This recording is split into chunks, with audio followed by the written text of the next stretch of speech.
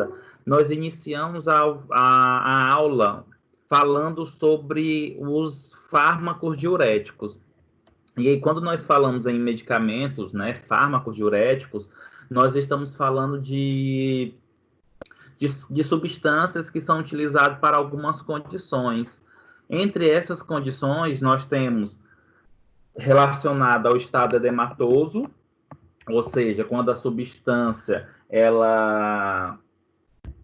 aliás, quando a pessoa tem algum problema associado a edema, inchaço, e também pode ser utilizado quando o paciente ele é hipertenso.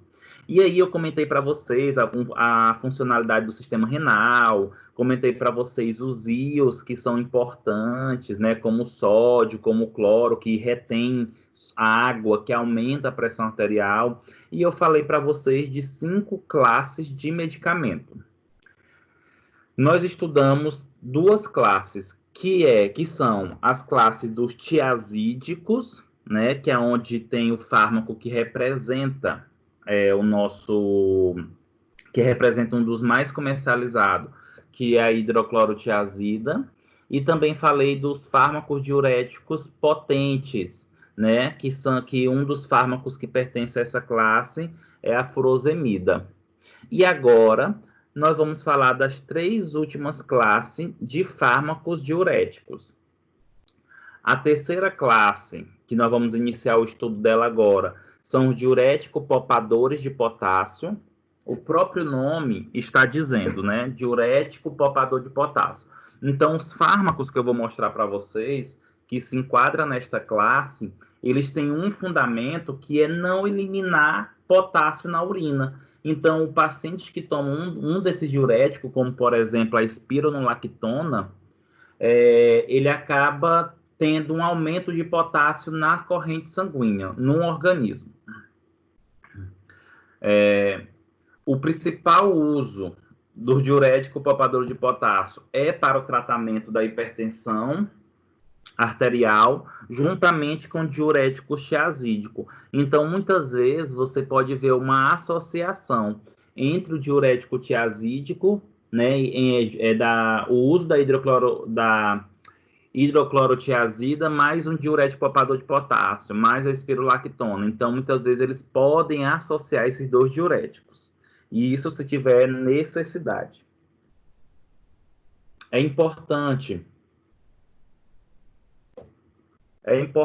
monitorar nesses pacientes os níveis de potássio, tá? Até porque, como eu comentei para vocês, os diuréticos poupadores de potássio, eles retêm o potássio no sangue, retêm o potássio nos rins e acaba esse potássio retornando para a corrente sanguínea.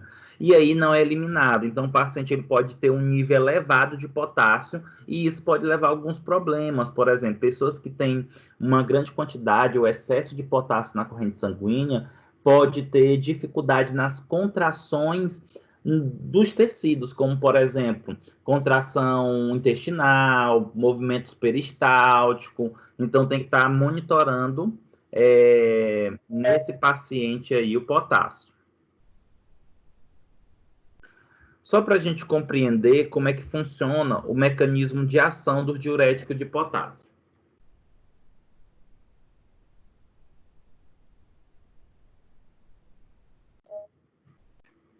Como é que esses diuréticos eles agem, né? Por exemplo, a espirulactona, como é que ela vai agir? Primeira coisa, nós temos que entender que esses diuréticos poupadores de potássio, praticamente eles são esteroides sintéticos. O que seria isso? São fármacos que têm um perfil hormonal. Se eu já estou dizendo que os diuréticos poupadores de potássio ele tem um perfil hormonal, então vocês podem ter certeza que possivelmente o uso dessa classe farmacológica vai levar a alterações hormonais em mulheres, principalmente, mas também em homens. Então, como é que esse diurético poupador de potássio ele age?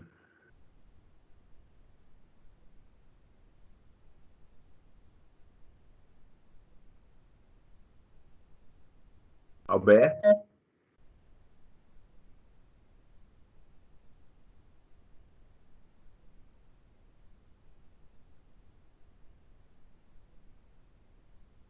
Então, como é que esse diurético poupador de potássio ele vai agir? O diurético poupador de potássio, eles antagoniza uma substância chamada aldosterona. Primeira coisa, vamos entender o que é antagonizar. Toda vez que eu falo que uma substância é antagonista ou a substância vai antagonizar, significa que a substância ela tem perfil bloqueadora de um receptor ou de uma substância. E aí nós temos uma substância aí chamada aldosterona. Não sei se vocês recordam, mas a aldosterona é uma substância que facilita ou favorece a reabsorção de sódio e água, e isso eleva a pressão arterial. Então, quando toma o diurético poupador de potássio, ele vai bloquear a ação da aldosterona.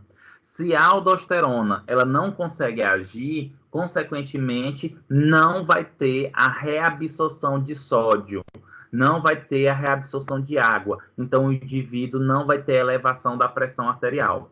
Todo esse texto que está aí é comentando o que eu falei agora para vocês. Os diuréticos os diuréticos poupadores de potássio, eles bloqueiam o receptor da aldosterona, impedindo assim a capacidade da aldosterona levar a reabsorção de sódio e água. Se não tem reabsorção de sódio, não aumenta o volume de sangue. Se não aumenta o volume de sangue, não vai ter elevação da pressão arterial.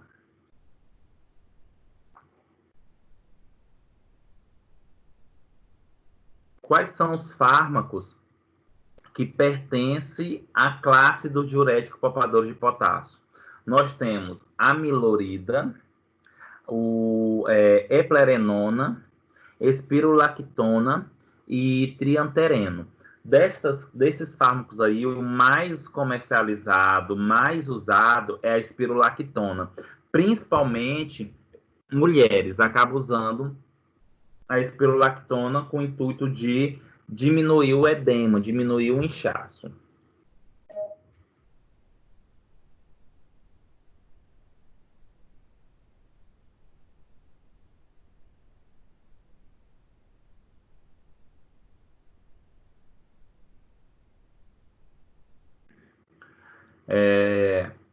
Quais são as ações desses diuréticos? Os diuréticos poupadores de potássio, eles são utilizados em pacientes que estão com retenção de líquido, né, em estados edematosos, em que o nível de aldosterona encontra-se elevado. Eu não sei se vocês se recordam, mas eu comentei anteriormente, né, em outras aulas, que as mulheres, principalmente no período de TPM, né, no período de tensão pré-menstrual, elas acabam tendo uma modificação hormonal e isso acaba levando ao aumento da aldosterona. E aí, se tem esse aumento da aldosterona, consequentemente, tem edema. E aí, o que é que acontece? Essa retenção de líquido vai levar a vários problemas associados.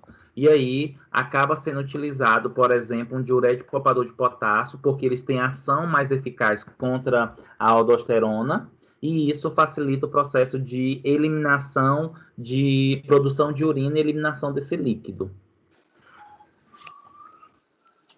Vamos. Irmão, dá medo, né? Cala a boca, porra. Usos terapêuticos desses fármacos. Eles são utilizados como diuréticos, né?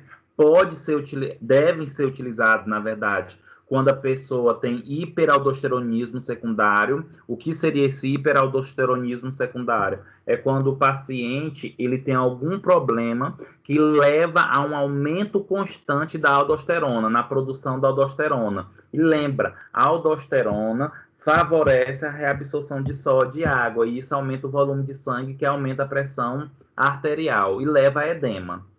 E pode ser utilizado também esses fármacos na insuficiência cardíaca, tá? Lembra que quando o paciente tem insuficiência cardíaca, é muito comum ele começar a apresentar acúmulo de líquido, principalmente na região pulmonar. E aí o uso do diurético pode facilitar a eliminação desse líquido.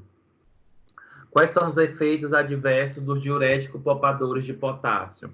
Nós temos aí distúrbios gástricos, que vai desde diarreia, enjoo, náusea, vômitos. Pode levar a ginecomastias em homens, né? Como eu comentei anteriormente para vocês, esses fármacos eles têm um perfil esteroidal. O que seria esse perfil esteroidal? É um fármaco que tem perfil hormonal e isso pode levar a algumas consequências. Em homens, pode levar a ginecomastia. O que significa ginecomastia? Significa o aumento das mamas em homem. E, teoricamente, isso é uma condição não muito adequada para homens, né? Que não tem pretensão de ocorrer a mudança de sexo. E nas mulheres, por ter um perfil hormonal, elas podem ter irregularidades menstruais. Quando a gente fala essa irregularidade menstrual, é no ciclo menstrual, né? Pode vir mais dias, pode atrasar, pode vir um dia, no outro dia não vir. Então, isso pode acontecer em mulheres. E também tomar muito cuidado nesse paciente que utiliza diurético poupador de potássio, porque ele pode ter hiperpotassemia, né? Que é o aumento de potássio na corrente sanguínea que eu comentei anteriormente. Eu vou voltar alguns slides só para vocês recordarem as classes de diuréticos que nós já estudamos e o que falta ainda estudar.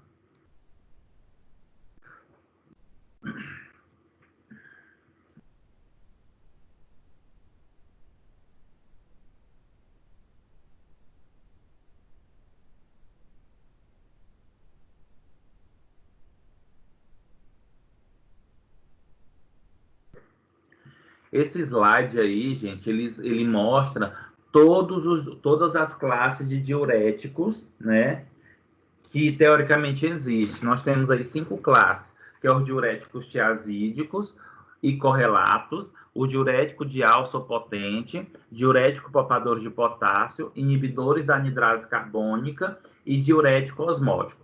Se vocês observarem, nós já estudamos 3 classes, que são essas 3 primeiras. E essas 3 classes primeira é a classe de medicamento de diurético mais usada. São as mais comuns.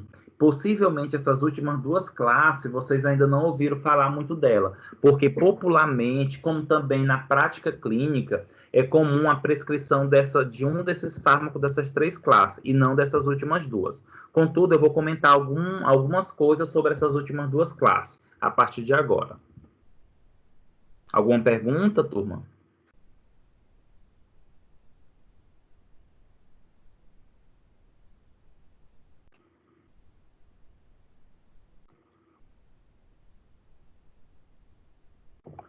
Então, a quarta classe de fármaco diurético, nós temos os inibidores da anidrase carbônica.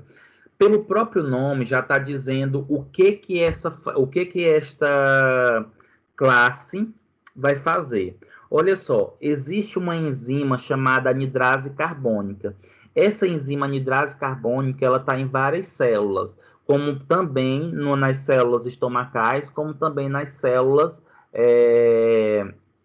renais. E ela tem uma função, essa enzima, que é o que eu vou mostrar agora para vocês. Qual é a função dessa enzima?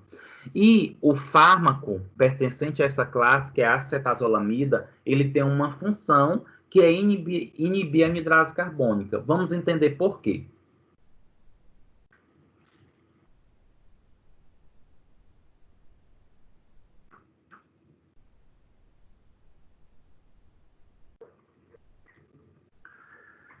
A acetazolamida, que é o fármaco, ele inibe a enzima anidrase carbônica nas células epiteliais do túbulo proximal. Então, aí tem um local onde ocorre a ação desse medicamento, que no caso é na porção do túbulo proximal, logo após o glomérulo. E como é que esse medicamento ele age? Primeiro, vamos entender o funcionamento dessa enzima. Eu vou passar para o próximo slide só para vocês compreenderem. O que eu vou falar para vocês nesse slide que tem essa imagem é o que está escrito aqui no mecanismo de ação. Acredito eu que vai ficar um pouco mais simples e mais visível vocês compreenderem isso, olhando a imagem.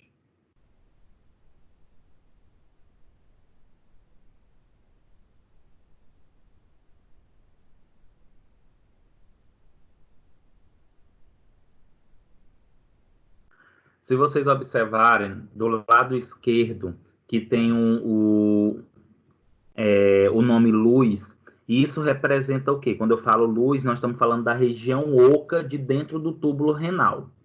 E quando vocês observam nessa parte aí, sangue, nós estamos nos referindo ao endotélio, ao vaso sanguíneo que circunda o túbulo renal. Então, tanto na luz do túbulo renal, tanto na luz do túbulo renal, quanto também no vaso sanguíneo, vocês podem observar que nós temos a enzima anidrase carbônica, tá? Se vocês observarem, nós temos aqui dentro da célula, nessa parte cinza, que tem a enzima anidrase carbônica, não na região da luz, mas dentro da célula. Observa que o dióxido de carbono, que é esse CO2, ligar mais a água, H2O, com o auxílio da anidrase carbônica dessa enzima, eles formam o quê? O ácido carbônico, que é o H2CO3. E logo em seguida, o ácido carbônico ele tem a capacidade de liberar hidrogênio e liberar o bicarbonato, que é esse HCO3. Quando se bloqueia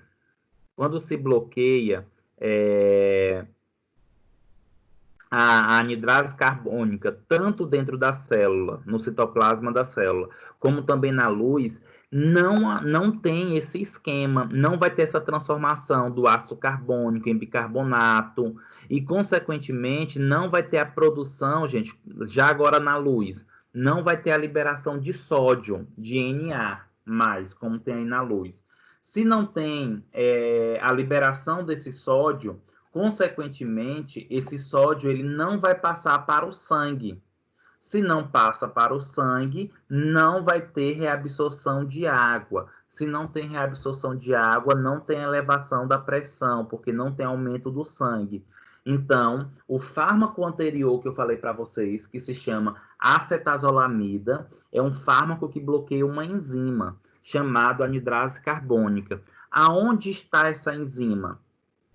Tanto dentro da célula, quanto na luz do túbulo. E o que esse fármaco vai fazer? Bloquear as enzimas. Bloqueando as enzimas, não tem aí a produção e liberação de próton, que é o H+, que, consequentemente, não tem a liberação de sódio. Se não tem liberação de sódio, o sódio fica preso na luz do túbulo e não passa para o sangue.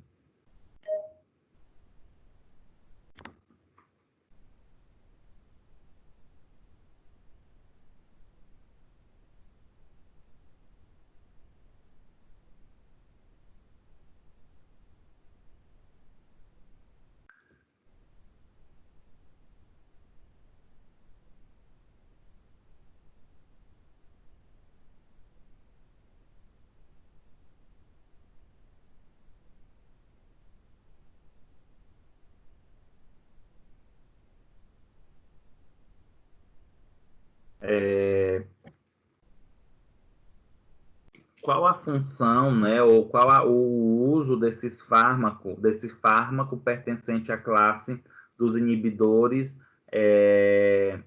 da anidrase carbônica? Eles são utilizados para o tratamento do glaucoma, tá? Esse tratamento do glaucoma, lembrando que o glaucoma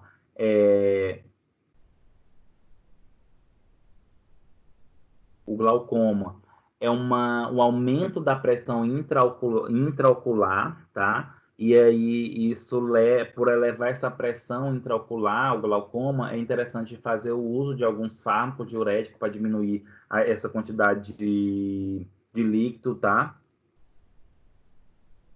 Um outro uso dos inibidores da anidrase carbônica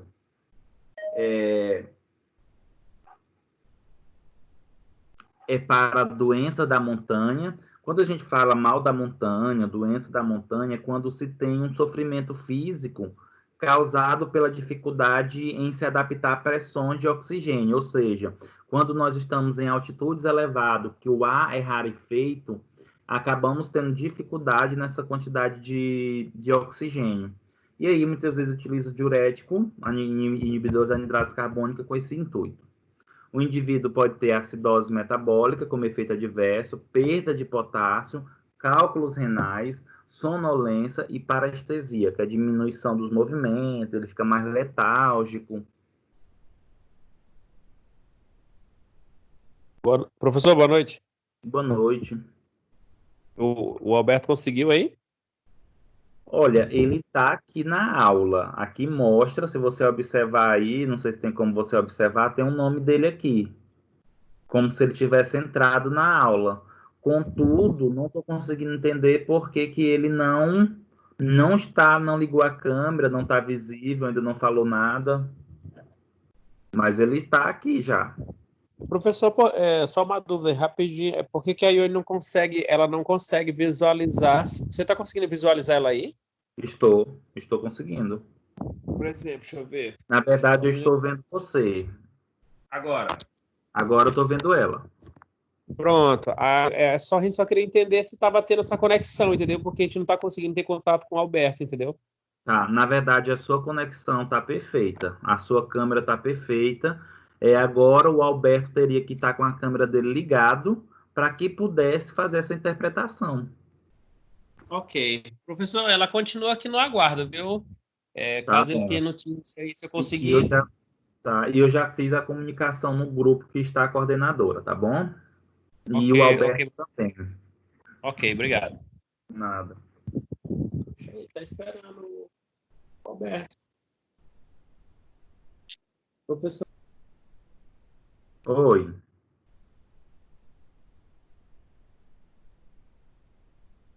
Desativa o mudo da Ione para você falar. Oi, professor, eu estava só explicando para ela que o senhor está conseguindo visualizar ela, né? E que está esperando só ver o que vai acontecer em relação a ele, né? Para ver como é Entendi. que vai ficar. Oi, tá me ouvindo agora? Oi. O Alberto agora está falando. Pronto. Só precisa. Oi. Ele não está aparecendo para a gente só. Ele não está aparecendo para vocês? Não. Tá. O que que acontece? Você está vendo meus slides? Para mim, eles entram e saem automaticamente. Como é, Alberto? Oi. O da Ione, você está conseguindo ver o Alberto? Não, Eu professor, consigo não. ver. Alberto, você consegue ver a Ione? Alberto, você consegue ver a Ione? Eu consigo ver, mas é rapidamente. Entra e sai novamente. Entendi. Eu consigo Tu tá falando do celular, é, Alberto?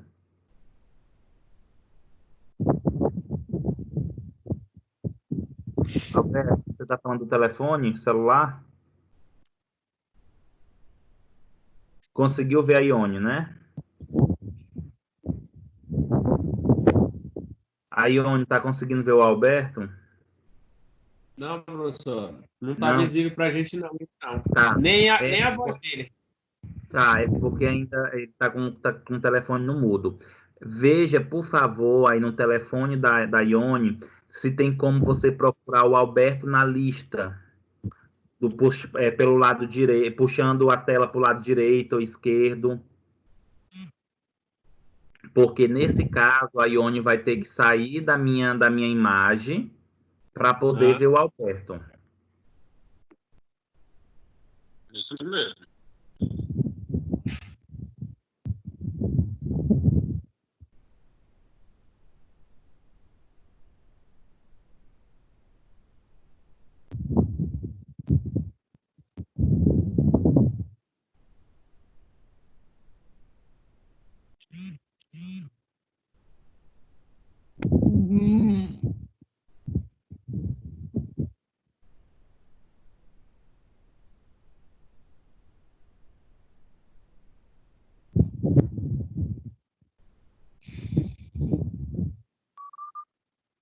Já conseguiu ver o Alberto, Ione? Já não. Oi?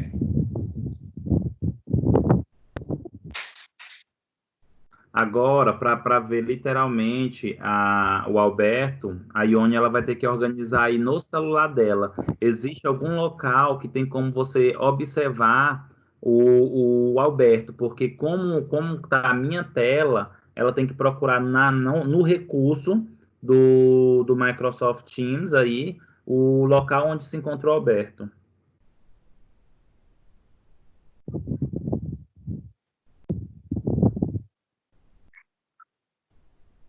Tudo, professor.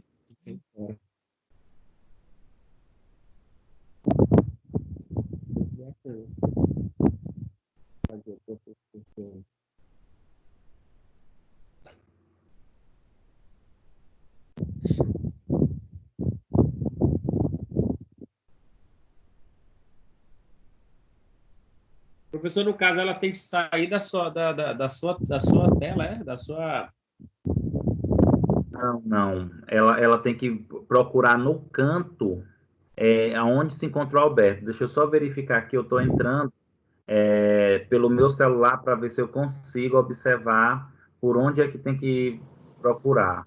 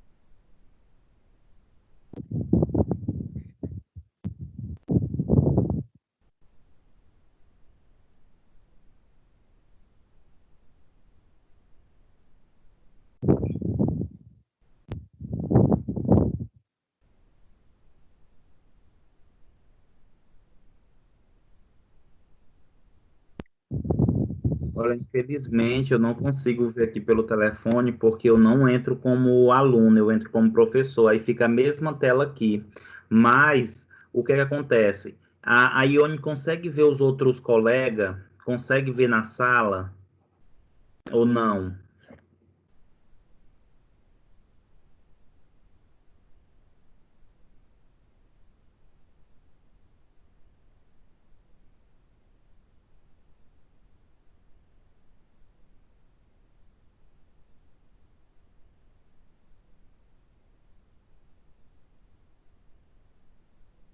Alberto, tu consegue ver a Ione? Tá sem áudio, Alberto. Eu consigo ver, mas assim, é bem rápido. Entra e sai. Tá me vendo, professor? Aí fica aparecendo a caixinha com o nome de vários outros alunos, não é isso?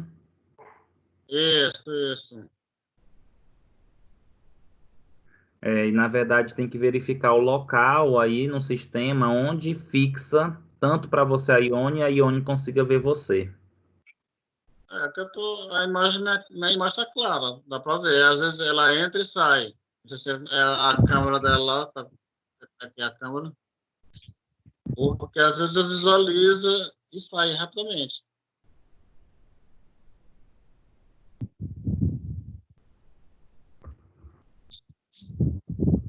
Eu vou ter que continuar porque, ó, parece que o Deve Alberto. ser a internet dela que faz que ela saia. Não, na verdade, o que é que acontece? Não é. Não, a internet da Ione e do Alberto está ok. A questão é que, como, Alberto, você tá falando. Ninguém. Tá me vendo, Adonis? Tô te vendo. Oi. Tá me vendo? Tá me olhando? Até, A tela agora abriu para como se fosse várias telas de vários alunos, porém ainda não abriu nenhuma. Pois é, o que é que acontece? A tela está compartilhada com todo mundo, os alunos, Isso. só que não tá, só que aí eu não consigo compartilhar meus slides. Eu vou tentar compartilhar ele de novo aqui e ver se vocês vão sumir. Só um momento. Tá me vendo, Adonis? Ainda não, Alberto. Eu tô te vendo. Não, Olha. é porque a câmera frontal tá ali. No caso, a câmera frontal tá funcionando, aí tá beleza, ó. Eu não consigo te ver. No caso aí, a tua. O professor te olha. Eu olho. Olha. Eu acho que todo mundo tá olhando ele. Aí, professor, você deu uma mexida aí e voltou. A tela diminuiu aqui e ficou o seu aparecendo com o slide. Certo. Tu consegue ver o Alberto? Não. Consegue ver? Não. Eu consigo te ver agora. Agora tá conseguindo me olhar agora? Tô conseguindo te olhar. Pois é, aí aquela tela abriu compartilhada, professor. Ela sumiu. Justamente, só que daquela maneira eu tô compartilhando a tela do Microsoft Teams, só que aí meus slides somem. Interessante, né? Será para que lado que tá tendo essa falha? Daqui ou do lado aí? Será? Não, na verdade o que está acontecendo é aí na Ione que ela não está conseguindo, vocês não estão conseguindo encontrar onde está o recurso para ver o Alberto dentro da sala, porque eu estou vendo vocês dois e o Alberto está vendo também você. Alberto, tá do telefone ou de computador? Agora eu estou no telefone, mas estou com o computador também. Assim, o computador não dá para visualizar, o computador está sem áudio. Aí eu estou no celular. Entendeu, professor? Entendi.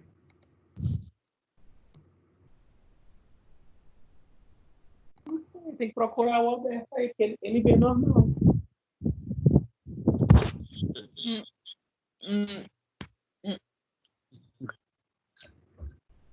Oi, tô aqui não, tô vendo agora. Cadê?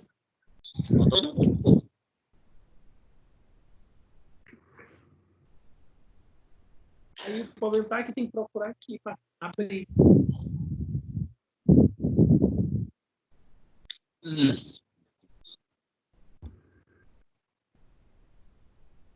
Professor. Oi. Como não está dando certo, você vai ter que continuar a aula para não atrapalhar o pessoal aí, né?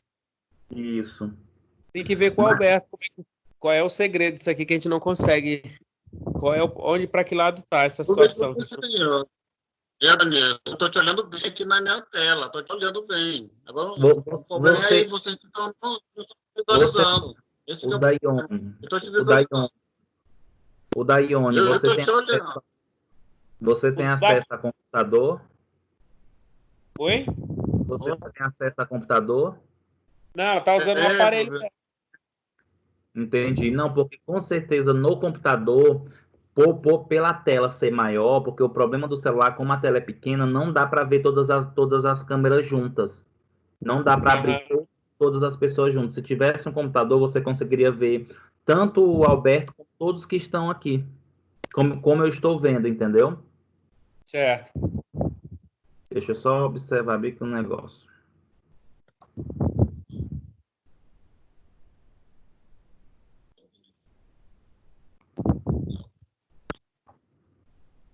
No caso, então, teria que procurar somente o Alberto, né? Somente ele.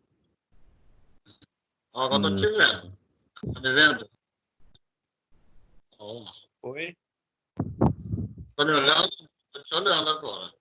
Mas tu não me vê, né? Alberto, tô te olhando, ó. Por aqui eu tô te olhando agora. Vou ter que sair, professor, então. Aí, ó. É porque, na verdade, eu compartilhei a minha tela do computador. Só que aí eu não consigo, por exemplo, abrir os slides. Deixa eu ver bem que o negócio. Mas é lá. É o computador.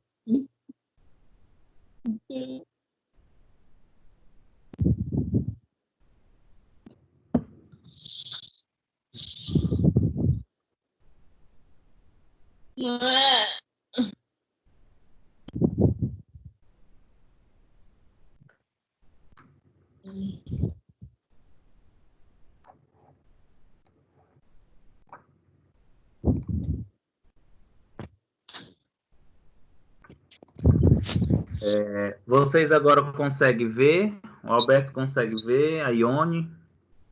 Saiu agora. Tava olhando e saiu.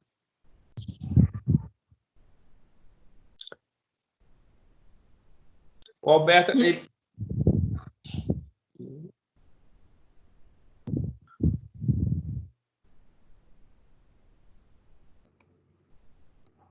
Oi.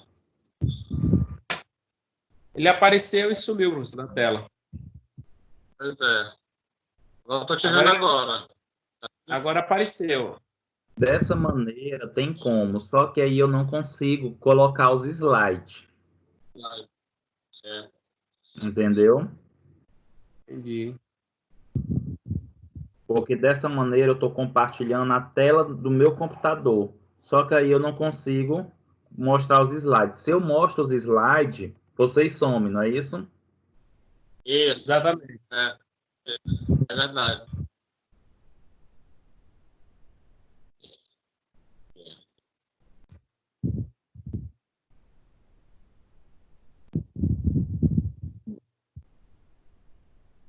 Oi. Tá me olhando? Nessa tela ele some. Ó. O Alberto aparece só 4 telas, né? Fica 4 telas, só que o Alberto não aparece pra gente. O Alberto não está Tô te vendo. aparecendo, não? Eu tô te olhando, é verdade. Não dá pra ver. Não dá. Eu vou ter que botar os slides, viu? Beleza. Oi. Aí, assim, quando eu coloco os slides, o Alberto, ele continua...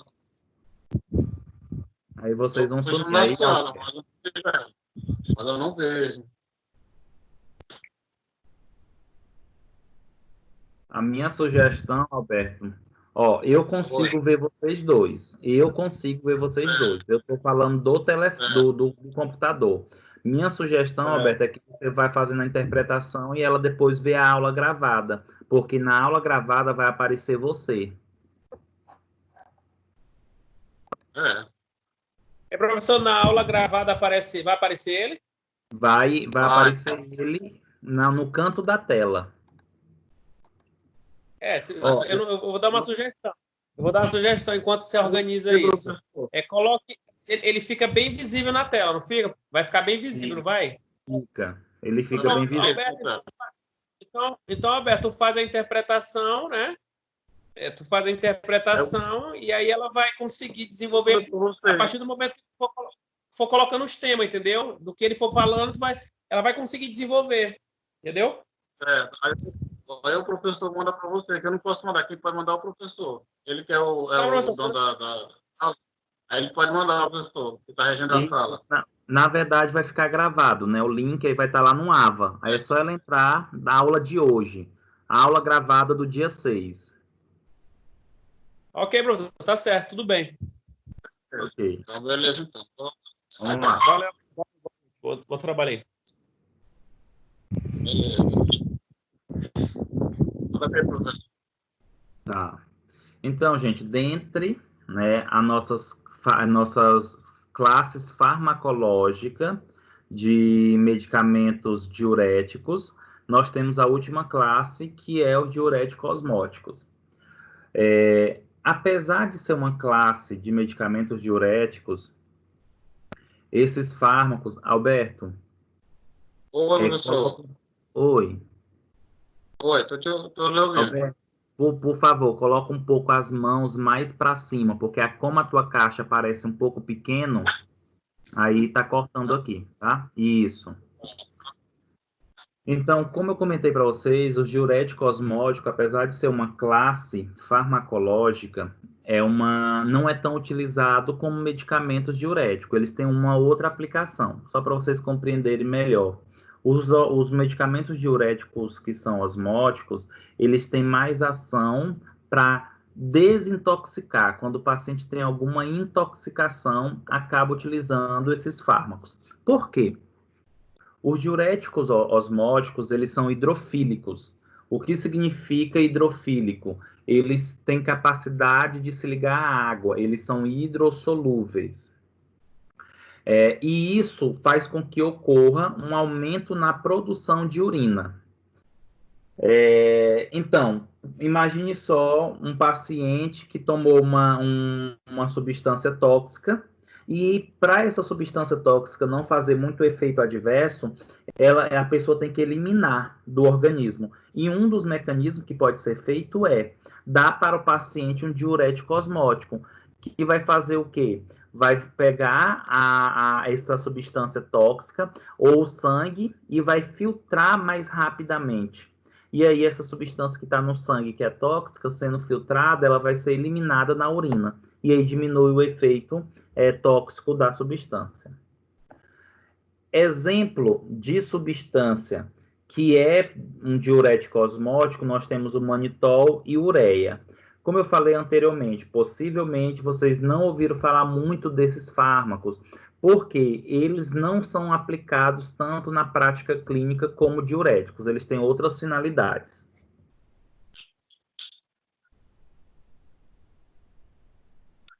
Quais são as principais indicações de tratamento que é utilizado aí com o uso do diurético osmótico? Nós temos que pode ser utilizado pacientes com pressão intracraniana elevada, pacientes que têm insuficiência renal, ou, por exemplo, toxicidade por droga, traumatismo, exemplo, a pessoa sofreu um acidente e esse acidente levou uma pancada no sistema renal e fez com que os rins parassem de funcionar só por causa do choque que teve. Nesse caso, é só dar, por exemplo, um diurético osmótico que pode ajudar a voltar à funcionalidade dos rins. Também pode ser utilizado em pacientes que foram submetidos à diálise. O diurético osmótico mantém a função renal a longo prazo e pode salvar a vida deste paciente, tá? Então, assim, vocês observam que o diurético osmótico ele tem outras aplicações que não é somente para a pressão alta. Por isso que ele é utilizado mais para essas condições do que para pressão alta. E assim, turma, nós finalizamos nossa aula de diurético. Agora nós vamos para a aula de fármacos antipertensivos. Eu vou colocar lá na aula agora, tá? Vou projetar a aula aqui.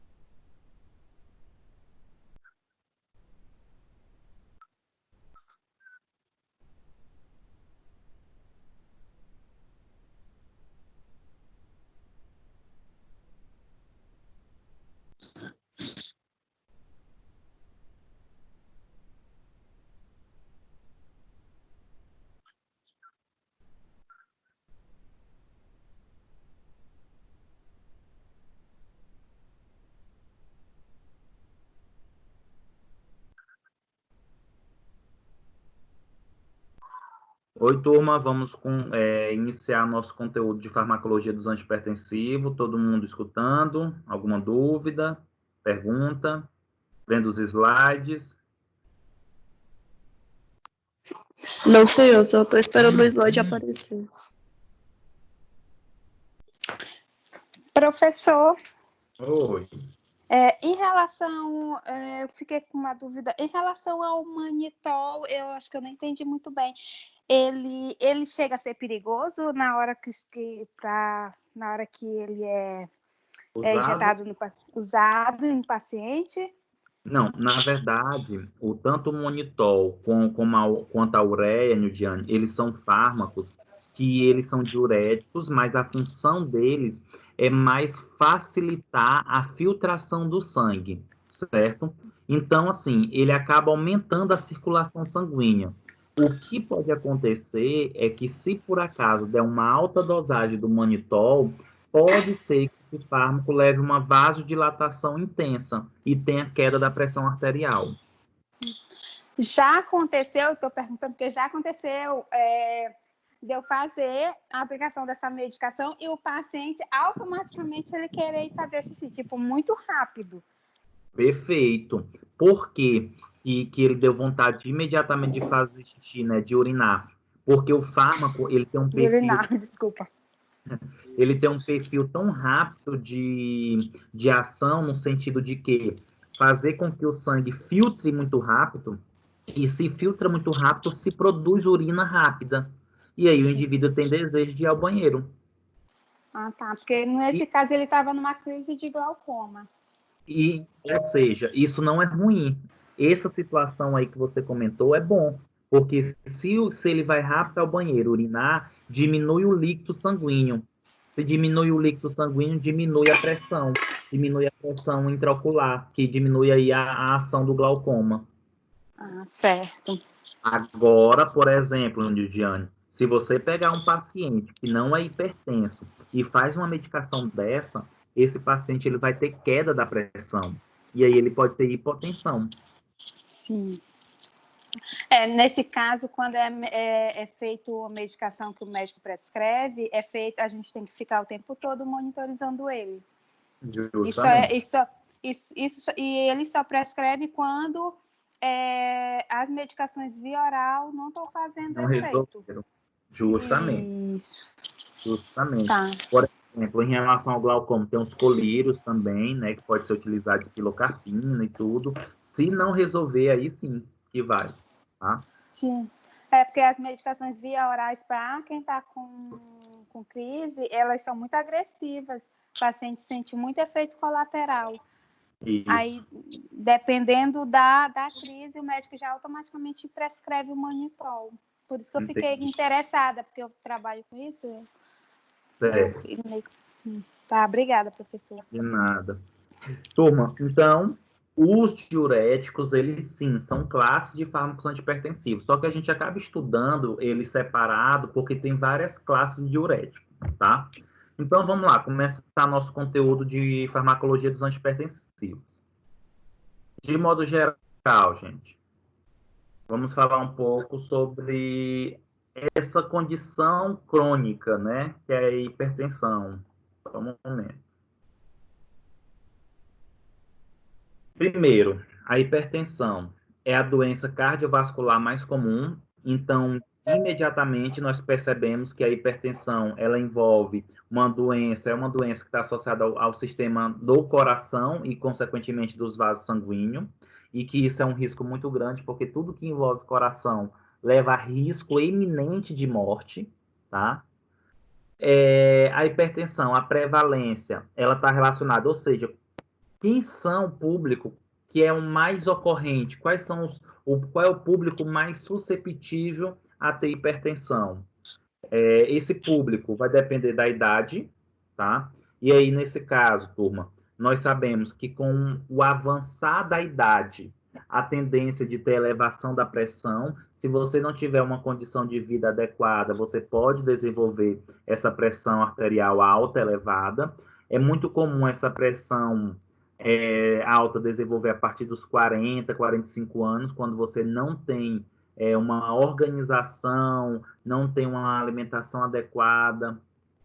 A raça também influencia na hipertensão. É muito comum pacientes afrodescendentes terem maior facilidade em desenvolver a hipertensão. Isso é um fator genético, está associado ao gene.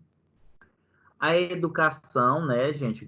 O que se entende em relação à educação, a gente fala de educação em saúde mesmo. Pessoas que não se cuidam, o sedentarismo, alimentação rica em alimentos minimamente processados, embutido, alimentos ricos em sódio, como os fast food, e várias outras variáveis influenciam no desenvolvimento e aparecimento da hipertensão.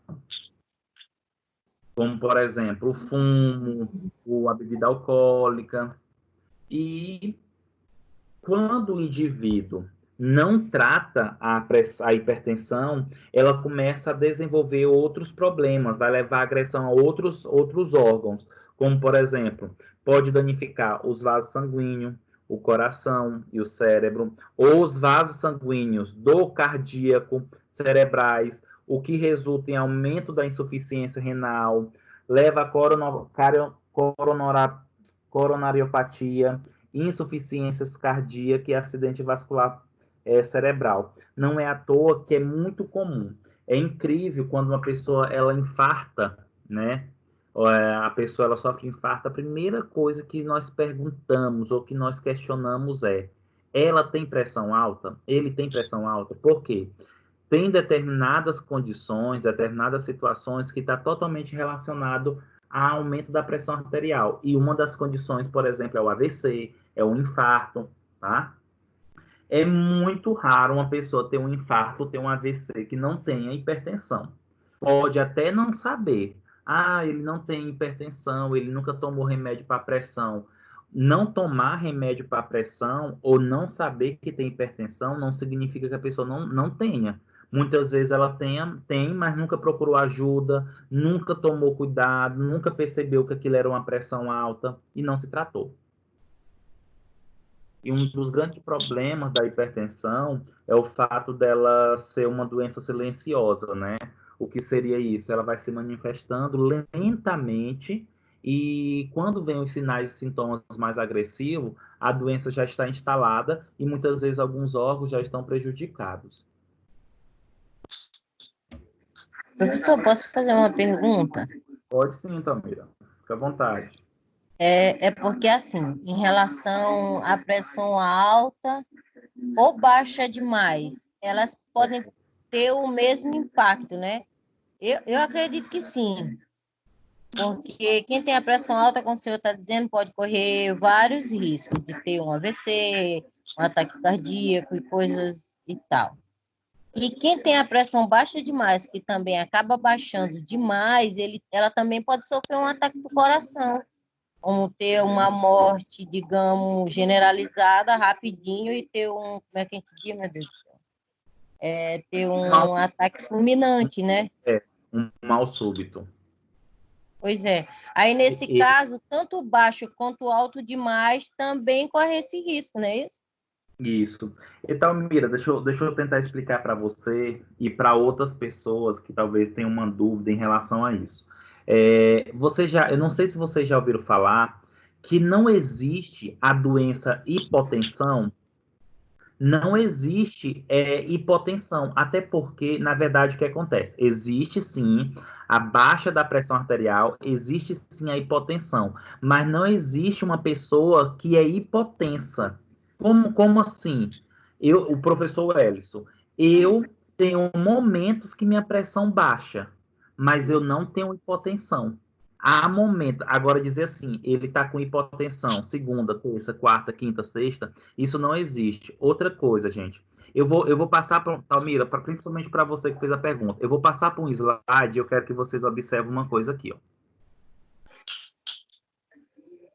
Olha o que é que se diz nesse slide. Porque é assim, professor, eu trabalhei com uma pessoa e a pressão dele, eu digo que para ele é mais perigoso do que para mim, porque ele é hipertenso.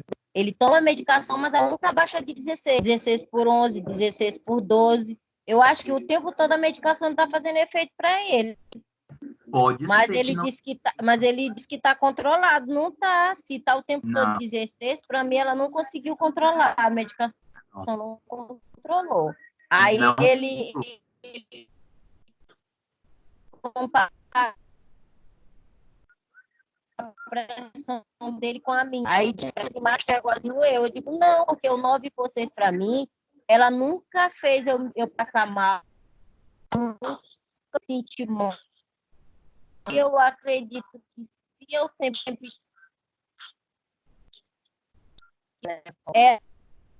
ela não me disse que não tinha pressão alta. Ele devia ter um AVC. Ele disse que não. Eu dizia para ele, não acredito nisso, não. Eu concordo com o professor quando fala que a gente não é o tempo todo hipertensivo. A gente tem a pressão baixa porque pode ser o normal daquela pessoa, que eu acredito que o meu é normal, 9 por 6, porque eu sempre fui assim. Justamente. Deixa eu só te explicar uma coisa aqui, Talmir. Olha essa tabela. Você consegue ver a tabela classificação da hipertensão? Estou vendo aqui. Olha o que é que diz aí. Normal. O que é uma pressão normal? É quando a pressão ela é menor que 120. Aliás, em outras palavras, o que é uma pressão normal? Quando ela é menor que 12 e menor que 80, ou menor que 8. Então, assim, nós aprendemos que a pressão normal é 12 por 8. Mas, na verdade, tem pessoas que têm a pressão 10 por 8, 11 por 8, e essa pessoa, ela vive normalmente, não tem problema nenhum associado. Aí as pessoas logo começam a dizer, tua pressão é baixa, tu é hipotensa. Não. Se por acaso o 11 por 8, o 10 por 8, a pessoa vive normalmente, ela não tem pressão baixa. A normalidade dela é aquela. Só que ela tem uma possibilidade muito fácil de cair um pouco mais essa pressão e aí sim ela ter pico de hipotensão. Uma vez eu tive a oportunidade de conversar com um cardiologista. Que nesse caso, professor, não querendo lhe interromper, quando eu engravidei, eu tive um pico de pressão baixa. Sim. Mas eu acho que pelo meu estado de gravidez e estava no início da gestação e eu ter já a pressão 9 por 6, ela baixou para 7. Aí sim eu me senti tonta, a vista escureceu, porque eu acho que abaixou mais do que o 9 que era acostumado. Que era o normal. Perfeito. A tua pressão, pelo que você falou, o normal é 9 por 6, não é isso? Isso, eu já tenho 42 anos, eles acham que não é normal para mim, porque eu já estou velha, no bom sentido de velhice, na idade, e a pressão continua 9 por 6. Eu digo, mas desde quando eu me entendo, que eu verifico pressão, ela é assim, se ela nunca diminuiu demais e nem aumentou, para mim ela está ótima. Tá, então a tua pressão é normal 9 por 6. Contudo, se baixar um pouquinho mais, você vai ter a crise hipotensiva. E se Isso, por acaso você chegar, por exemplo, a 9, aliás, desculpa, se você chegar a 11, a 12, o que seria normal para mim, para você já vai ser hipertensão. Por isso porque quando eu me presto atenção, quando eu estou sentindo dor de cabeça, confusão assim na mente, que eu verifico a pressão que está 9 por 10 por alguma coisa, chegando a 11, eu já sinto dor de cabeça. Justamente. Então, é só para explicar o que eu comentei para vocês, que é muito comum essa dúvida. Teoricamente, gente, não existe a doença hipotensão. Nós temos momentos que a nossa pressão arterial baixa. E nós temos mecanismo de defesa para regular isso. Inclusive, eu vou mostrar daqui a pouco para vocês. Tá? Então, assim, uma pessoa que tem hipotensão todos os dias, ela não consegue viver. Ela não consegue fazer suas ações. Como é que vai ter batimentos cardíacos corretos? Como é que vai ter circulação sanguínea adequada? Como é que vai ter a temperatura do corpo adequada, sendo que ela tem hipotensão todos os dias? Não tem como, tá? Não estou dizendo que a pressão arterial não venha baixar. Baixa sim. Mas esse negócio de dizer que a pessoa tem a pressão baixa porque o dela é 10 por 8, não. Se por acaso ela vive normalmente naquela pressão, ela não tem a pressão baixa, a pressão para ela é normal. Nós temos que parar de dizer que a pressão normal é 12/8, 12/8. Isso vai depender de pessoa para pessoa. Então, quando for aferir a pressão, que der 11/8, pergunta qual foi o valor que deu outras vezes. Se sempre foi 11/8, essa é a pressão normal, não é pressão baixa. É por isso que, geralmente, eu presto atenção no prontuário de consultas anteriores. Sim. Se aquela pressão que eu verifiquei bate com as outras, automaticamente, para mim, eu digo logo para o paciente que ele está com pressão normal. Justamente. Eu tenho que verificar. Obrigada aí. De nada. Por isso que quando a gente vai... Ô, Renata. Mas e se ele nunca fez uma consulta ou você nunca teve contato com aquela pessoa? E como é que dá para saber se está normal? Porque, por exemplo, a minha ela é normal, ela é 9/6. Perfeito. Aí as pessoas, como a menina também falou, a senhora anteriormente, ela disse que a dela também é nessa mesma. Mas as pessoas sempre olham para mim, mas está baixa. Mas as pessoas nunca tiveram contato comigo, elas não sabem. Como é que a gente pode, dizer isso? Perfeito. Sabe o que é isso, Renata? É desinformação e é uma cultura que nós temos de achar que a pressão normal é 12/8. Isso é um padrão, 12/8 para a maioria das pessoas. Só que se tem uma pessoa que a pressão é 9/6, 9/10, 11, 10, e ela vive normalmente, sempre foi assim, ela não tem pressão baixa. Aquela pressão é a normal para ela. Como é que a gente pode explicar isso para as pessoas? Primeiro, eu já tenho que saber. Se eu sei, eu vou dizer, não, eu não estou sentindo nada, essa é minha pressão, sempre que eu afiro é dessa maneira. Se a pessoa não tem conhecimento e eu também não tenho, o que orienta? É aferir a pressão durante uma semana, em 3 dias, dentro daquele protocolo, né? A pessoa tem que estar relaxada, sentada. E aí eu vou aferir se em 3 dias, em 5 dias, der aquela mesma pressão, né? Ali 9/6, 9/8, não muda disso e você não está sentindo nada, você consegue exercer as suas funções normais, aquilo dali é a sua pressão normal, não é pressão baixa. Que nesse caso é o mapa da pressão que a gente pede para fazer quando a gente não tem contato, né, professor? Justamente, é o mapa da pressão, isso mesmo. Certo, Renata? Certo, obrigada, entendi. Gente, e aí, a nossa preocupação nesse momento aqui, apesar da queda da pressão ou da hipotensão... E nesse caso é importante dizer... Sim, também. E é bom a gente dizer que a pessoa, quando vai fazer esse mapa da pressão, ela tem que verificar tanto de manhã quanto de noite, que é para poder a gente ter noção da parte da manhã, como é que amanhece, e quando passa o dia inteiro. Aí a gente geralmente pede para ele verificar entre 8 da manhã e também 8 da noite. Isso mesmo. Até porque é o protocolo para verificar. Até porque, gente, a nossa pressão arterial, exemplo, a minha pressão é 12/8, certo? Mas durante o dia, nós temos pico. Pode ser que tenha um momento do dia que eu estou estressado, agoniado, essa pressão acaba subindo. E aí eu tenho que verificar se o meu mecanismo de regular a pressão, ela está adequado ou não. Se ela não consegue regular, se o meu corpo não consegue regular a pressão arterial, dentro da normalidade, aí eu começo a ter as crises hipertensivas. Por isso que é interessante, sim, fazer esse mapa, tá?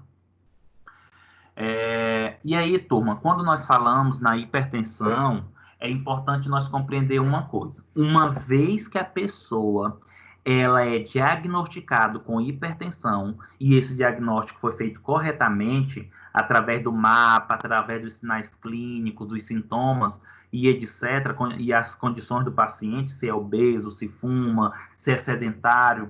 Se a pessoa for diagnosticada com hipertensão, acabou. Não existe esse negócio de regredir. A pessoa deixou de ser hipertensa. Isso não existe.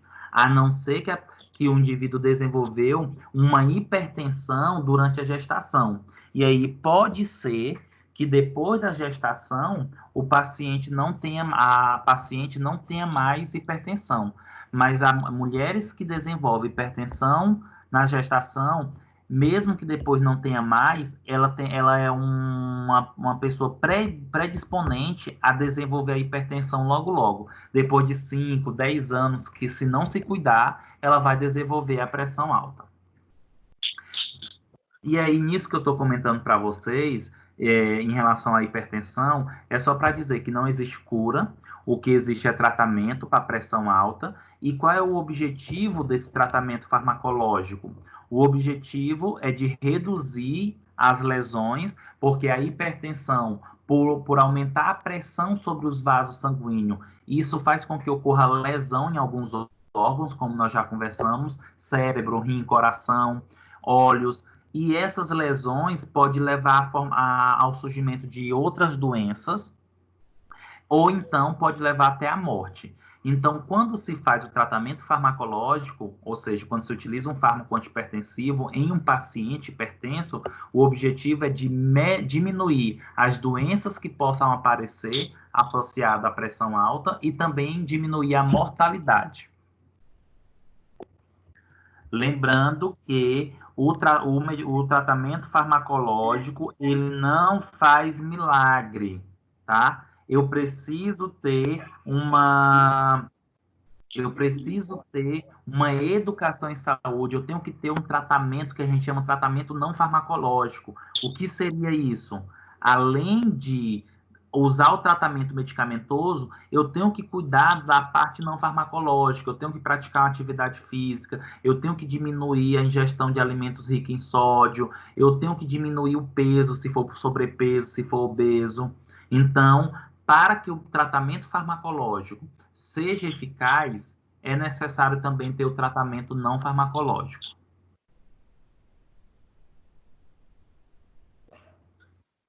Era isso que eu ia falar também, professor. E que existe o paciente que acredita que quando a pressão dele, a medicação fazer efeito e abaixa ou normaliza, ele pode passar a semana, passar um mês, 2 meses sem tomar, porque ele acha que a medicação controlou. Só que eu acho que a gente tem que orientar que ela controlou, mas uma vez hipertenso, como o senhor falou, vai ser sempre hipertenso. E se ela controlou, ótimo para o paciente, porque ele tem que continuar tomando todos os dias, porque ele vai ser hipertenso pro resto da vida.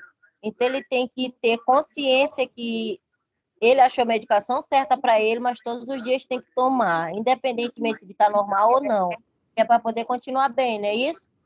Justamente, até porque, Talmiro, o que é que acontece? Como eu falei anteriormente, a hipertensão ela é uma doença silenciosa.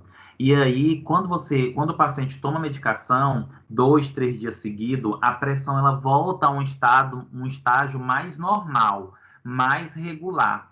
E isso diminui todos os problemas associados, né? Aumento da dor de cabeça, aumento da temperatura. Aí o paciente acha o quê? Que está melhor, não precisa tomar, e aí passa semanas sem tomar o medicamento. Só que mesmo quando passa uma semana, dias sem tomar o medicamento, todos os dias aquela pressão ela dá uns picos, e isso vai levando a lesão a órgãos. Por isso que tem que fazer uso da medicação todos os dias. Inclusive, quando a gente faz orientação em pacientes hipertensos, é muito comum eles falarem o seguinte: não, eu tomo hoje o medicamento e na hora que eu sinto dor na nuca, na hora que eu sinto a dor de cabeça, eu tomo de novo.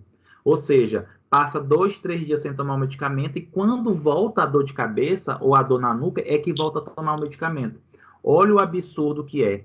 Então, a gente tem que orientar que o medicamento ele é de uso contínuo. Quando se fala em uso contínuo, é que tem que tomar todos os dias, na dosagem adequada, na quantidade de vezes adequado, dentro de um protocolo que tem que ser seguido. E nós, enquanto profissionais da saúde, precisamos dessa orientação para o paciente.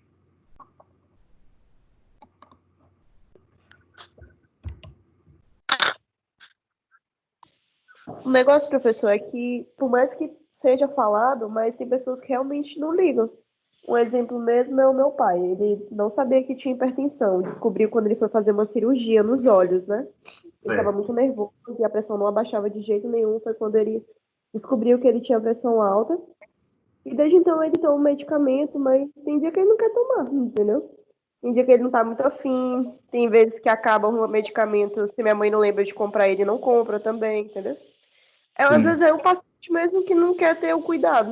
Por mais que o Mas, médico fale, converse. mas sabe o que é isso, Renata? Isso se chama adesão ao tratamento, adesão terapêutica. E sabe por que que acontece isso? Porque a gente não tem educação em saúde, a gente não tem respeito pela gente mesmo, a gente não tem autocuidado, infelizmente.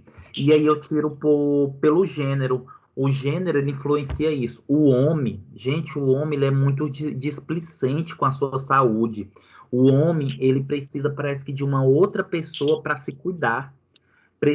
Nós não temos autocuidado. A gente prefere que outras pessoas cuidem da gente do que nós mesmos se cuidar. Quantas vezes a gente prefere que algumas pessoas ir para o hospital, não se cuida, sabe que vai ficar internado porque não está tomando medicamento, porque a gente prefere que as outras pessoas lembrem para a gente prefere que as outras pessoas façam aquele serviço pela gente. E isso se chama, infelizmente, educação em saúde, que nós não temos.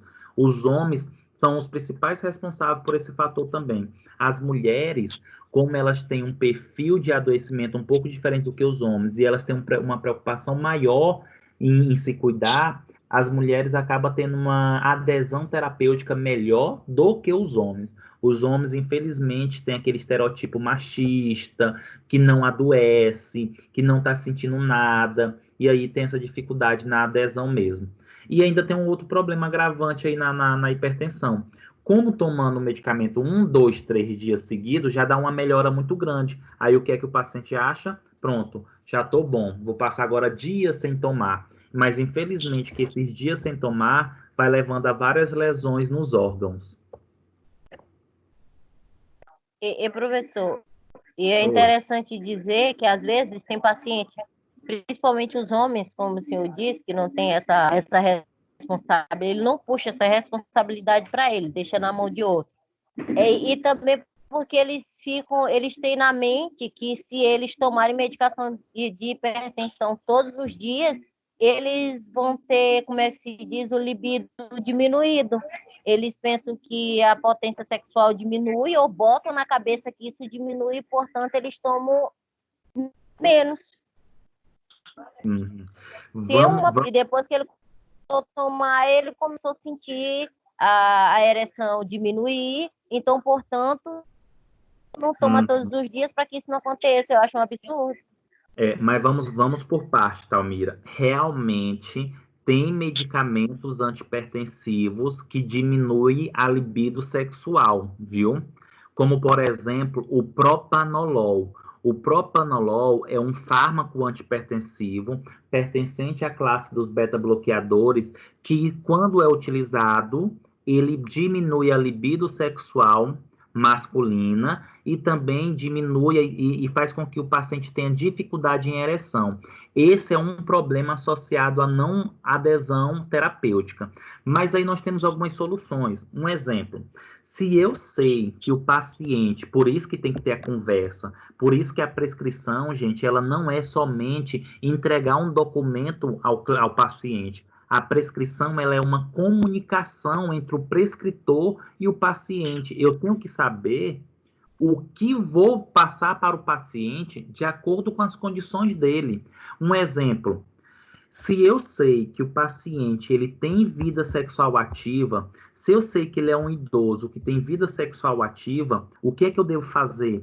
Não prescrever fármacos que diminuem a libido sexual, como o propanolol. Eu vou passar outros fármacos, como losartana, captopril, alodipino, mas eu não passo o fármaco que diminui a libido sexual. Porque, Talmira, tem sim, tem fármacos antipertensivos que diminuem a libido sexual. E, infelizmente, o homem, ele prefere ter relação sexual do que diminuir a pressão alta. Então, o que é que ele vai fazer? Ele vai deixar de tomar o medicamento para poder ter relação sexual.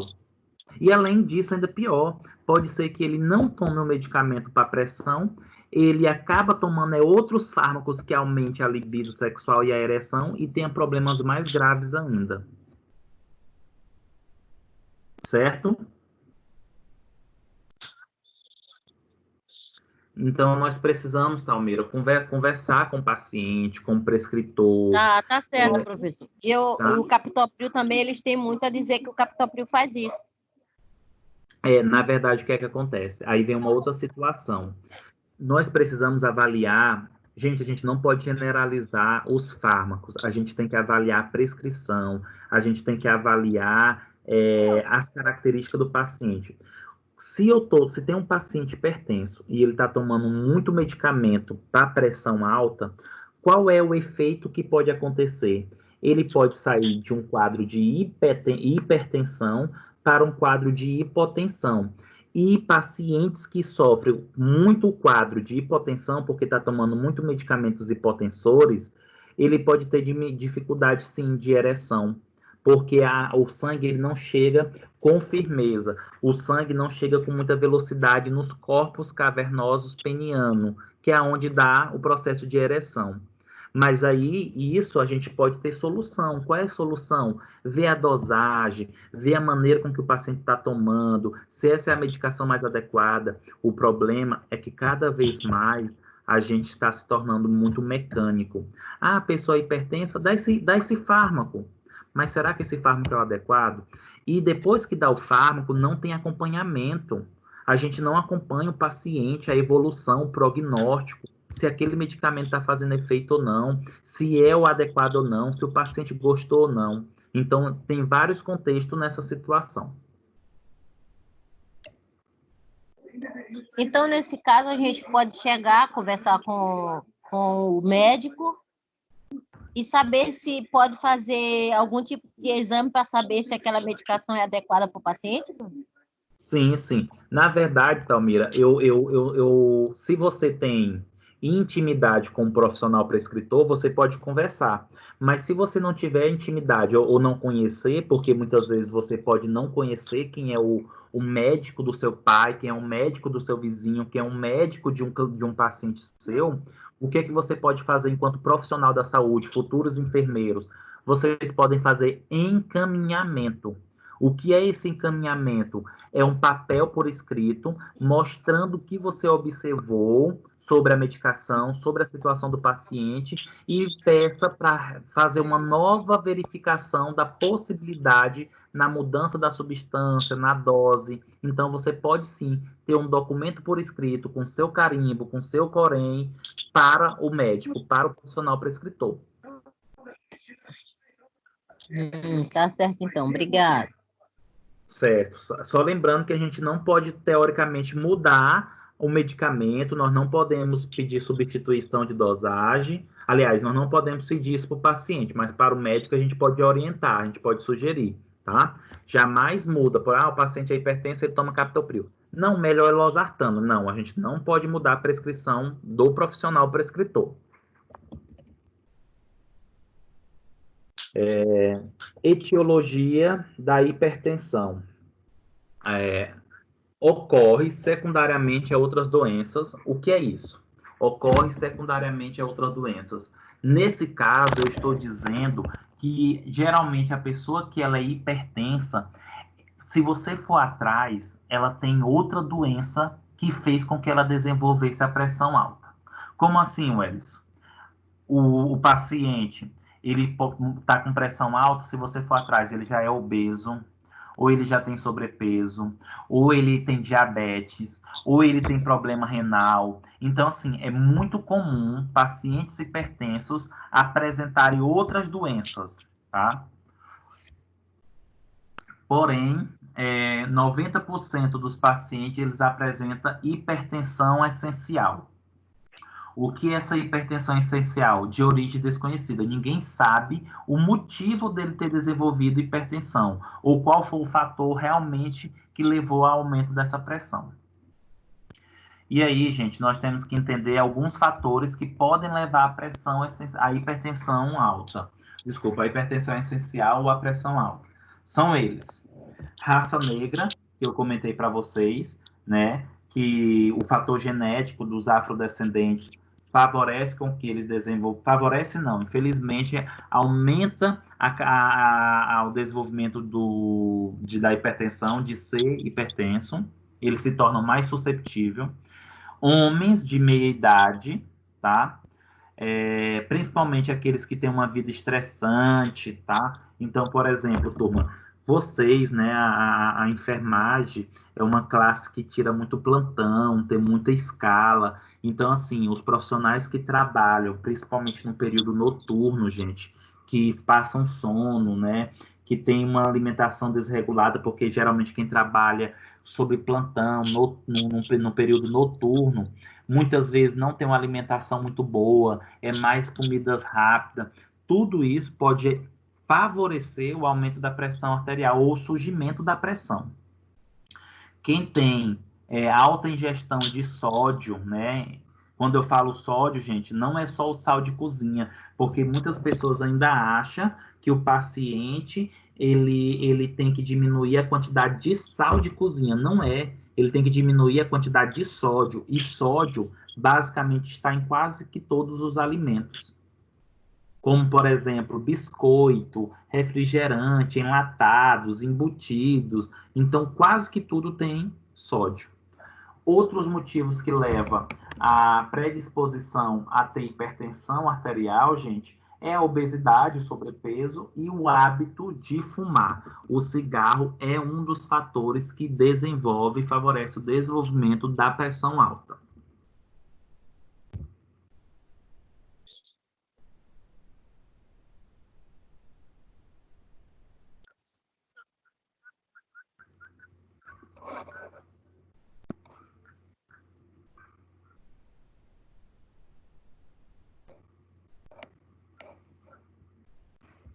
E aí, gente, só para a gente compreender, porque isso vai ser um dos pontos muito importantes que a gente vai falar lá na frente, é só para a gente entender. Vocês já se perguntaram o que é pressão arterial? Eu não estou falando o que é hipertensão. A minha pergunta é, o que é pressão arterial, né? O povo fala tanto de pressão arterial. O que seria isso?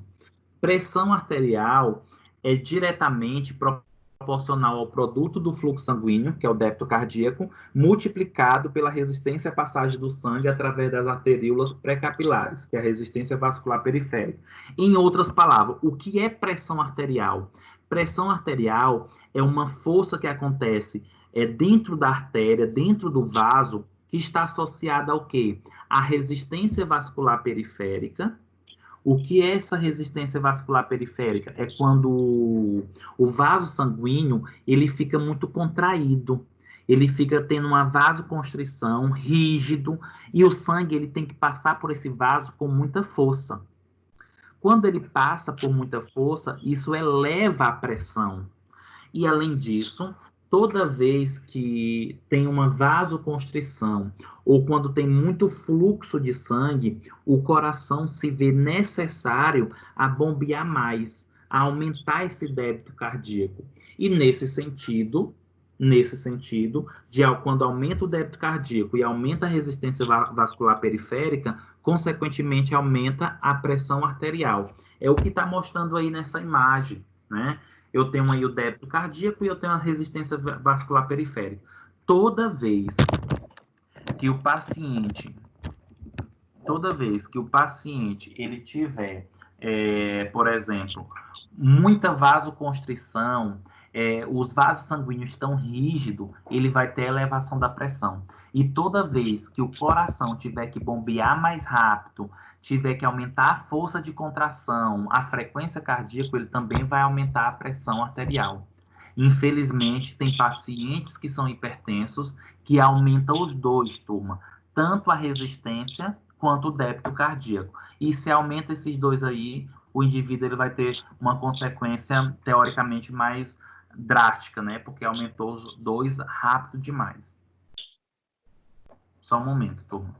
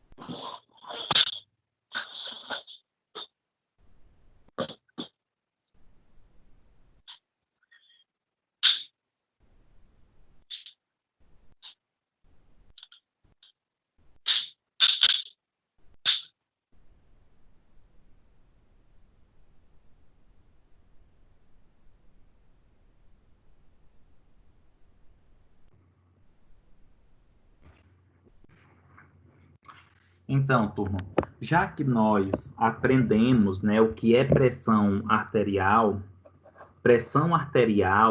é toda vez que nós temos ou aumento do débito cardíaco ou da resistência vascular periférica, ou então dos dois. Quando se tem um aumento da resistência vascular periférica e quando tem um aumento do débito cardíaco, o aumento da pressão vai ser muito mais exacerbada, vai ser bem maior. E aí eu preciso explicar para vocês um processo. O que é que acontece?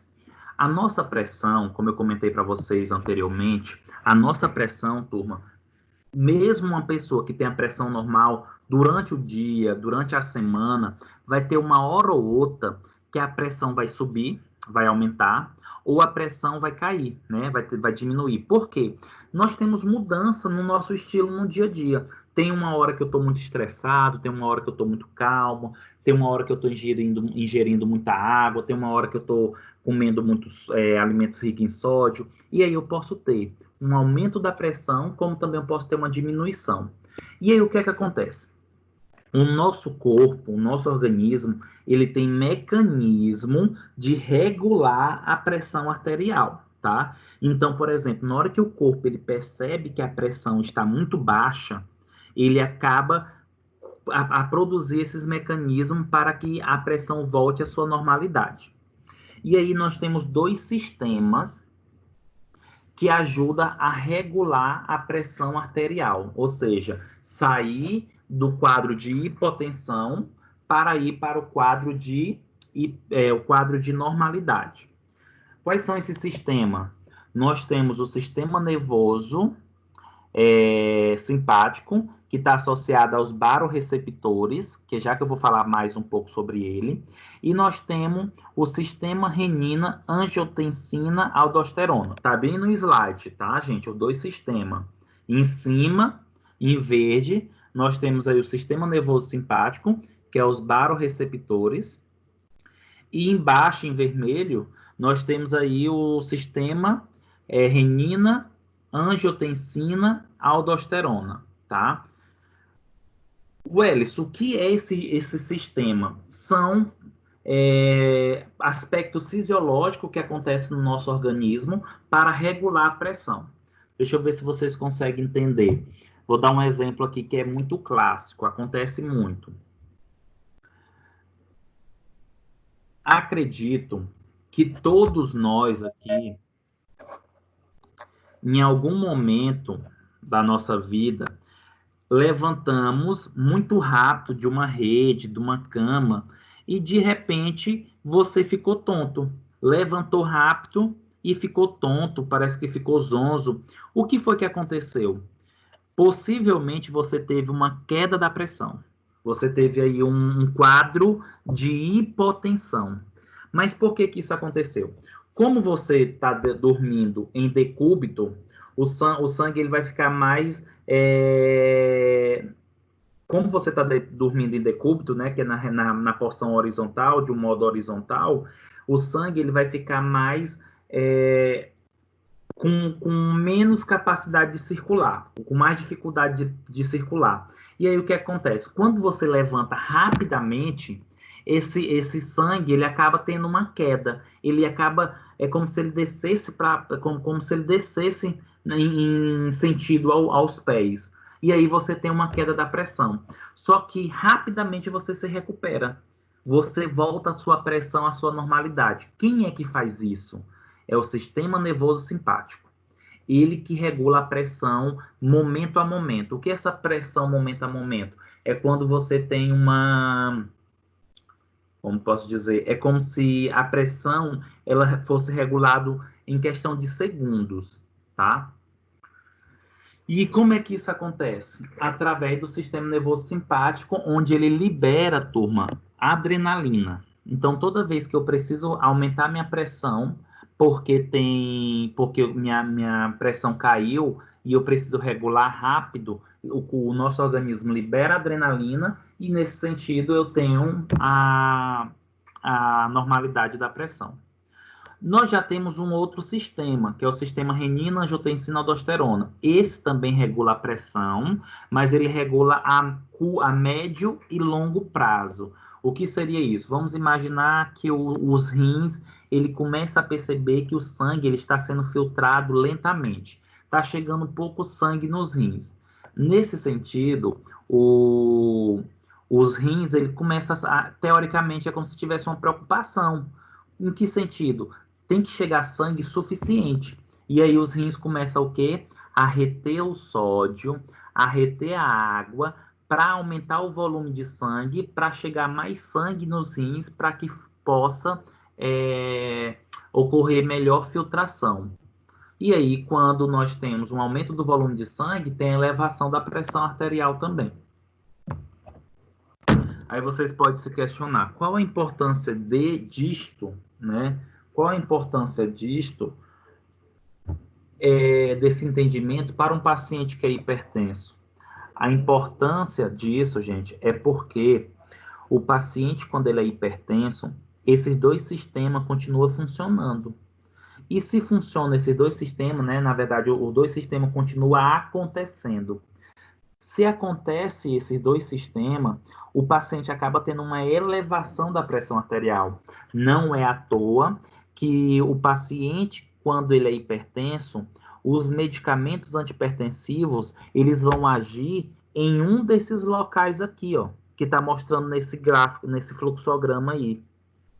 Então, por exemplo, eu comentei para vocês que um paciente que os diuréticos, né, lembra dos diuréticos poupadores de potássio, eles agem inibindo a aldosterona. Observa nessa parte vermelha que quando o paciente tem diminuição na pressão arterial, tem um aumento da aldosterona. Se aumenta a aldosterona, aumenta a reabsorção de sódio e de água.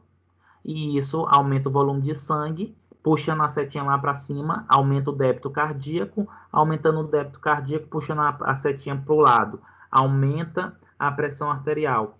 E aí o que é que os diuréticos vão fazer? Bloquear o efeito da aldosterona. Bloqueando o efeito da aldosterona, não vai ter elevação da pressão, porque não vai ter aumento de líquido. Olhe agora nessa parte em verde. Toda vez que nós temos diminuição da pressão arterial, nós temos o aumento da atividade simpática, ou seja, aumenta a liberação de adrenalina. E lembra que eu falei para vocês, toda vez que aumenta a liberação de adrenalina, o coração vai bombear mais rápido, o coração vai bater mais forte, vai ter aumento do débito cardíaco. Se aumenta o débito cardíaco, vai ter elevação da pressão. Então, quando o paciente é hipertenso, é só dar um fármaco que bloqueia a adrenalina, como, por exemplo, o propanolol, o atenolol. Dando um fármaco que bloqueia a adrenalina não vai aumentar o débito cardíaco. Se não aumenta o débito cardíaco, não aumenta a pressão arterial.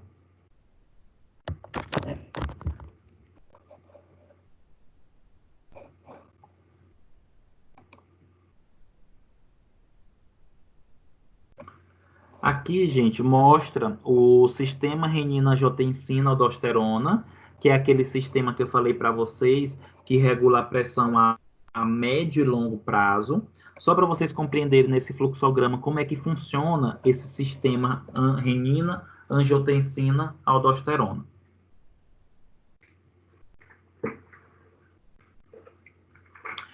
Vamos começar pelo lado esquerdo. Observa que toda vez que tem uma baixa do fluxo sanguíneo renal, ou seja, que chega pouco sangue nos rins, os rins ele vai produzir uma enzima chamada renina. Essa renina, ela vai pegar um composto, uma substância chamada angiotensinogênio e vai transformar ele em angiotensina 1. A angiotensina 1 vai ser convertida em angiotensina 2 pela enzima conversora de angiotensina, ECA. E a substância angiotensina 2, ela tem algumas funções. Ela tem alguns efeitos. Ela tem a capacidade de ser vasoconstritora, ela tem a capacidade de induzir a produção de aldosterona pelo córtex adrenal, e a aldosterona tem a função de reabsorver o sódio e a água. Reabsorvendo o sódio e a água, vai ter elevação da pressão. E se tem vasoconstrição, também tem elevação da pressão. Então, esse é o sistema renina-angiotensina-aldosterona. Como é que os fármacos antihipertensivos, eles vão agir nesse sistema? Nós temos aqui, por exemplo, os fármacos que são inibidores da ECA, que são chamados também de IECA, como, por exemplo, o captopril, o enalapril, o lisonopril. Como é que esses fármacos que eu falei agora para vocês, eles vão agir? Eles agem, gente, bloqueando a formação da angiotensina 1 e angiotensina 2. Se não tem a angiotensina 2, não tem vasoconstrição e não tem aldosterona. E isso diminui a pressão arterial, tá? Uma outra classe de fármaco que é muito conhecido por vocês é os bloqueadores dos receptores de angiotensina 2, que é o losartana, valsartana, terbisartana. Esses fármacos que eu falei agorinha, eles vão bloquear os receptores de angiotensina 2. Se não tem angiotensina 2, se não tem a ação dela, não tem vasoconstrição e não tem aldosterona, diminuindo assim a pressão arterial.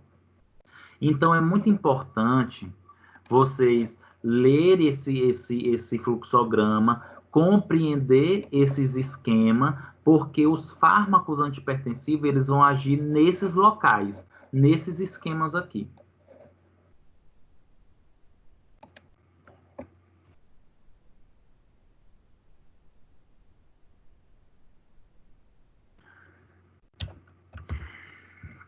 Quais são as estratégias de tratamento, né?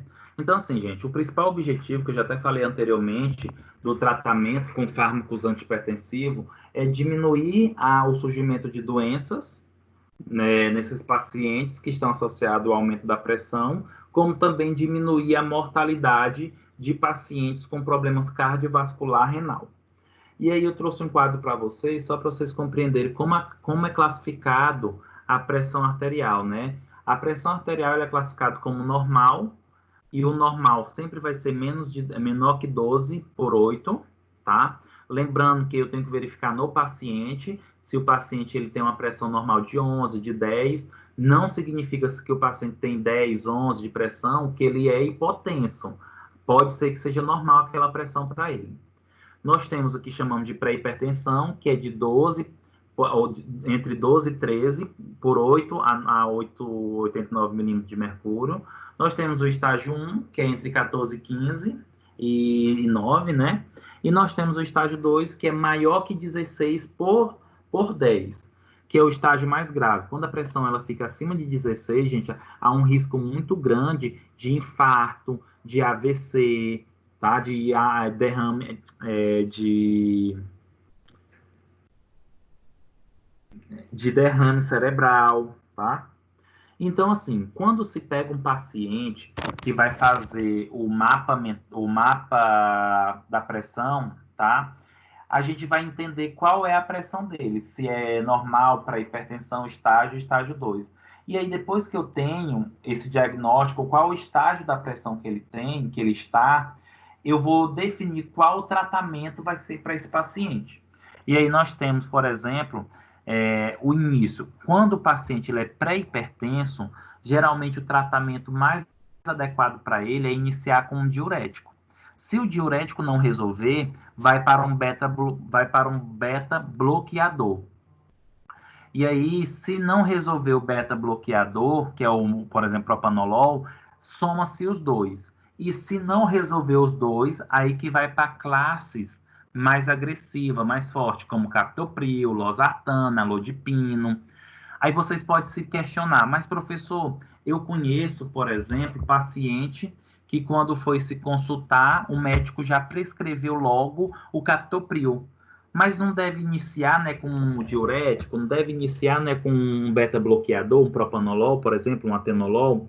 Gente, isso vai depender do estágio da hipertensão. Muitas vezes o paciente é hipertenso, ele não sabe.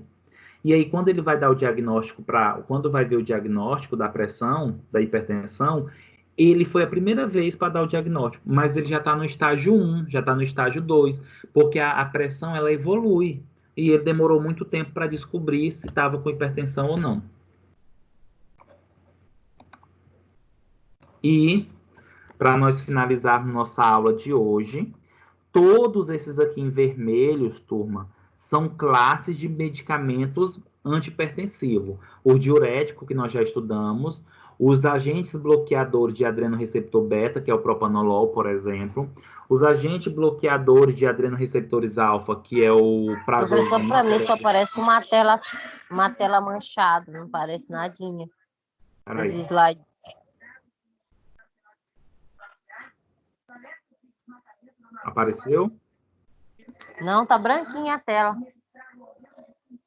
Talvez seja a internet aí. Eu acho que os demais estão vendo já. Depois eu vou ver a aula de novo, é o jeito. Tá bom. E aí, gente, nós temos como classe de medicamentos antihipertensivos diuréticos, que nós já estudamos, os beta-bloqueadores, que são os agentes bloqueadores de adrenoreceptores beta, que é o propanolol, o atenolol. Nós temos aí os agentes bloqueadores de adrenoreceptor alfa. Nós temos aí o prazosin, terazosin. Nós temos o adrenético de ação central, que é a clonidina, metildopa. Os inibidores da ECA, que nós temos aí captopril, captopril, enalapril. Nós temos os antagonistas de receptor de angiotensina 2, que é o losartana, valsartana. Nós temos os inibidores de renina, que é o alistureno. Os bloqueadores de canais de cálcio, que nós temos aí alodipino, nifedipino. E nós temos os vasodilatadores, que tem o nitroprusiato de sódio, o minoxidil. Todos esses fármacos aí, gente, estão nos próximos conteúdos que eu vou mostrar para vocês, tá?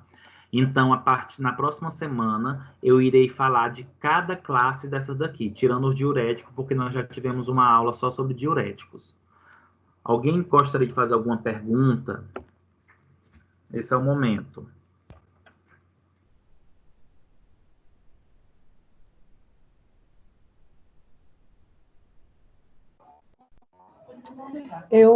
Boa noite.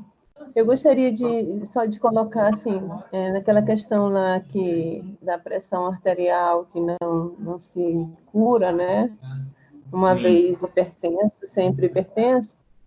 Em casos de, por exemplo, pacientes obesos que tinham problema de hipertensão, e aí depois que fizeram a cirurgia bariátrica, eu conheço várias pessoas que depois que fizeram o procedimento, eles até deixaram de tomar a medicação, assim, por ordem médica mesmo, porque eles não tinham mais pressão alta e como continuaram tomando a medicação, acabou que eles faziam picos de hipotensão. Entendi. Assim, até onde eu sei, os pacientes, quando fazem cirurgia bariátrica, se o motivo, lembra que a hipertensão, ela tem vários fatores que pode levar à hipertensão. Se por acaso o único motivo que elevava a pressão era a obesidade, pode ser que realmente, quando faça a cirurgia, deixe de ser hipertenso. E aí, consequentemente, como o sangue já não tem mais muita resistência, o vaso já não tem muita resistência, se tomar um medicamento antihipertensivo, possivelmente vai ter queda da pressão. Aí o indivíduo tem picos de hipotensão. Contudo, tem que se investigar muito isso. Por quê? Quanto tempo o paciente ele foi hipertenso enquanto era obeso? Será que essa hipertensão que ele teve durante a vida que ele era obeso, não levou uma lesão renal? Não teve uma lesão no coração? Será que isso não vai vir lá na frente a desenvolver a hipertensão? É igualzinho o que acontece. Eu também conheço pacientes que fizeram, por exemplo, a cirurgia metabólica, que é a cirurgia para reversão da diabetes, e eles deixaram de ser diabéticos. Contudo, por eles deixando de ser diabéticos, eles deixaram de tomar medicação, só que eles não fizeram uma educação, eles não se reorganizaram.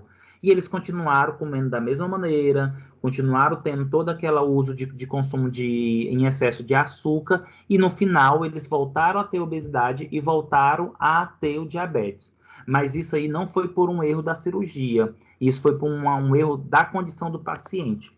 Mas eu consigo compreender o que você falou, Jaciara. E realmente, se o paciente, o motivo da obesidade, o motivo da hipertensão é somente a obesidade, e ele não é mais obeso, aí sim a pressão pode voltar à sua normalidade.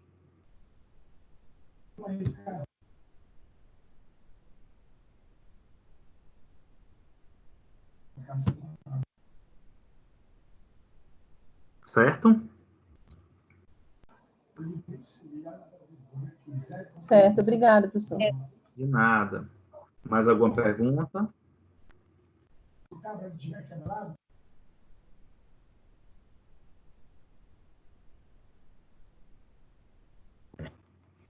Turma, pois ótimo restante de noite para vocês e até a próxima quarta-feira com a nossa finalização da aula de antipertensivos. Sim, senhor. Boa noite. Boa noite. Boa noite.